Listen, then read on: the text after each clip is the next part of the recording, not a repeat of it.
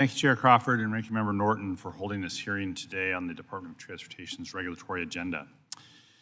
Members of Congress are motivated to serve on this committee for lots of reasons.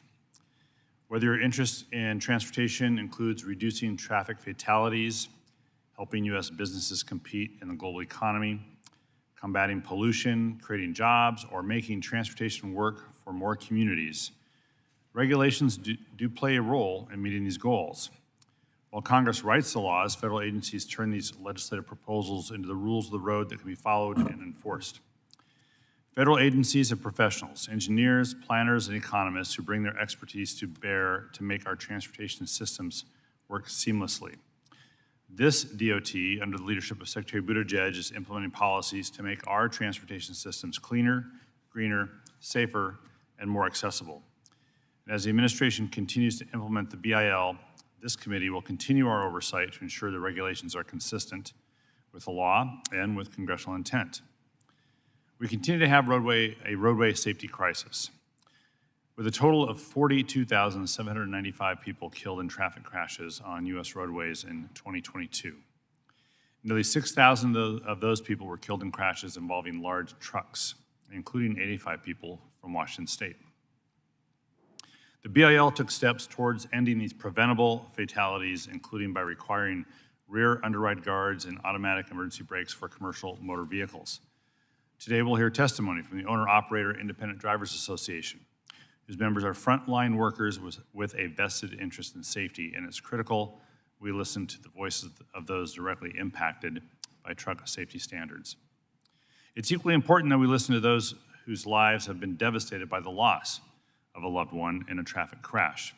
And I applaud the tireless work of transportation safety advocates who help hold Congress and the administration to account as we work to make our roadways safer. We continue to have a climate crisis, and transportation emissions are increasing. Transportation is the largest emitter of carbon pollution in the U.S., and 80% of those emissions come from cars and light-duty trucks.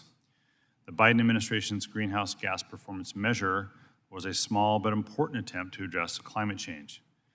But we cannot solve what we do not measure, and while this particular rule has been struck down, asking states to track carbon emissions on their roadways and set non-binding goals to reduce emissions is not an unreasonable ask as part of a system where states control hundreds of billions of dollars and have the flexibility to spend them however they see fit, including on highway expansions.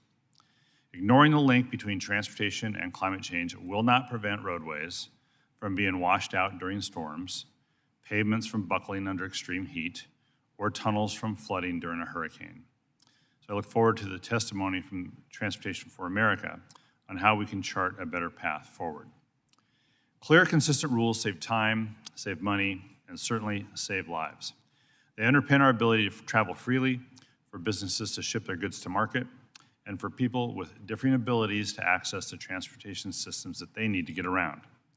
While we may differ on the details of individual rules, I hope we can agree that consistent, reliable funding for infrastructure and data-driven rules to guide the build-out and the use of that infrastructure is key to safety and the economy. So with that, I'll yield back and want to thank the witnesses for being here and look forward to our discussion.